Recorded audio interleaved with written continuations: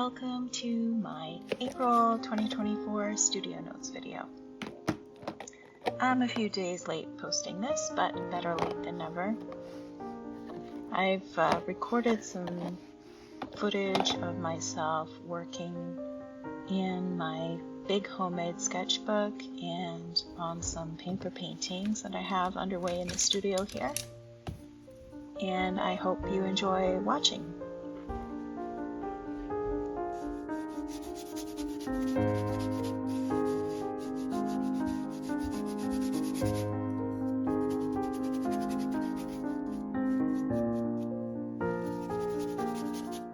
I often begin my work with translucent glazes, so that's what I've got in these little squeeze bottles here, and unfortunately the squeeze function of these bottles is not so functional, so I'll often just twist the caps off and stick my paintbrush down in there to get the paint that I need, and they just make really nice translucent glaze layers that I can layer up and create lots of interest in my underpainting.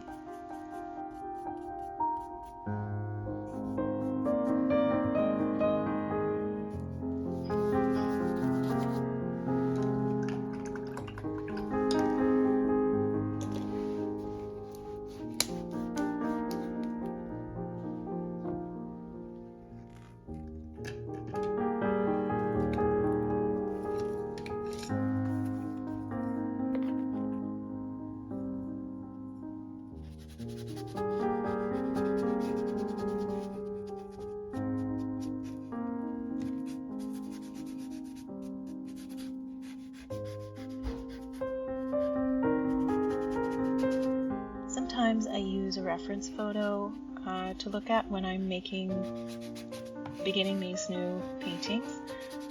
Sometimes I use a sketch from another sketchbook as my reference. The point being, I am very loose with how much information I use from those references.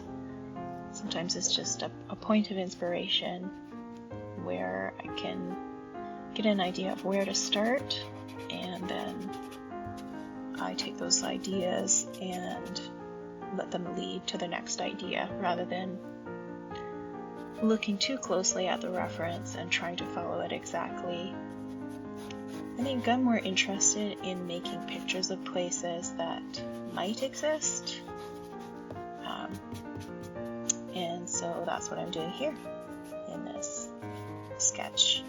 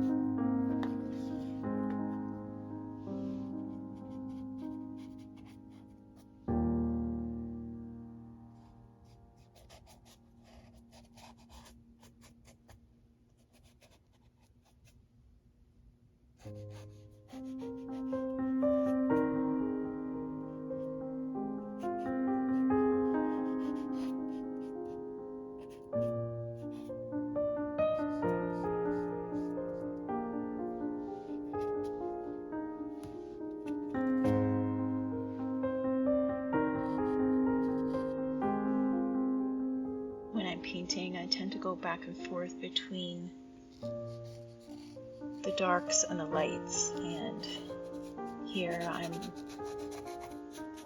blocking in some lighter areas in the painting helps me to define the space a little better, push certain aspects forward and other parts of the painting backwards. I also like to move between translucent and opaque quite a lot throughout the painting, and that too is a type of a push and pull. Just observing the relationships between those two things and manipulating them in a way that deepens the space.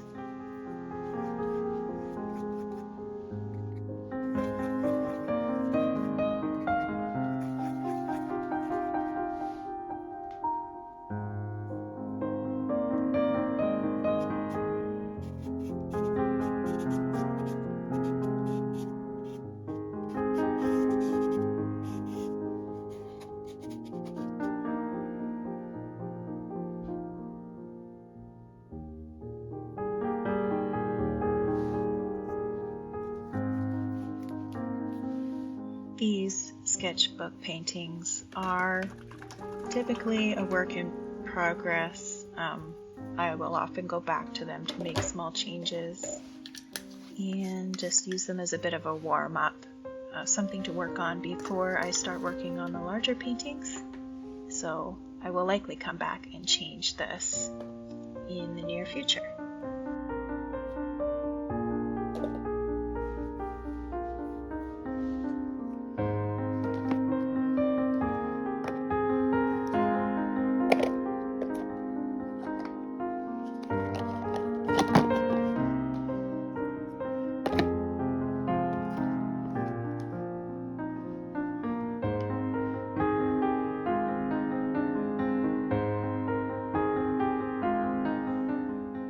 A glimpse at the planning stages. This is what I like to sometimes do before I start a large painting. Make some little thumbnail sketches, maybe some notes.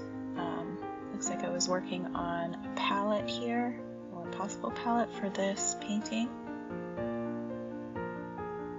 And I painted it a second time a bit larger to just sort of think through some of these ideas.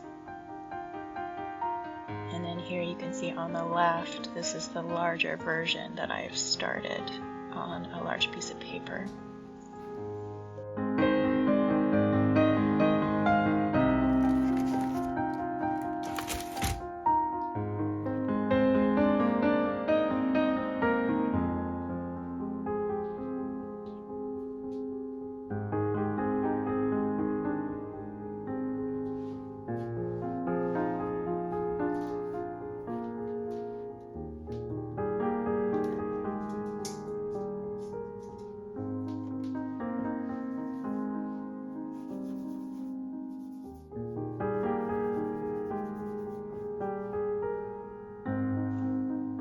Here I'm beginning to work away at this larger painting, adding some new layers on top of the initial layers that I've made in a previous session.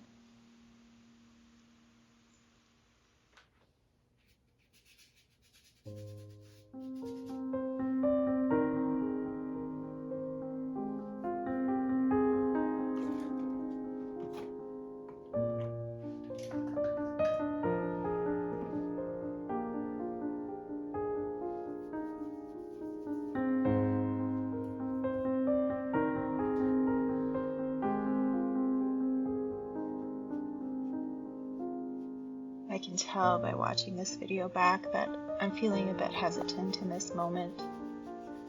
In these early stages of the painting, not time for hesitation. But I've been struggling with that a bit lately, and that's okay. Lots of time left to work on these.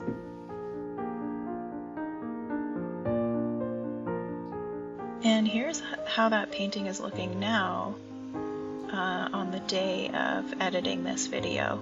It's changed quite a bit, and it will probably change a lot more. I'm particularly enjoying this top section of the painting here.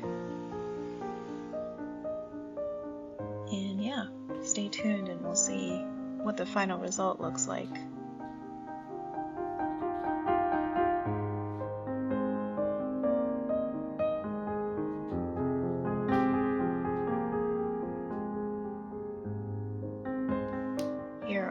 few other large paintings on paper that are currently in progress in the studio. Just laid them down on the floor here to show you how those are coming along.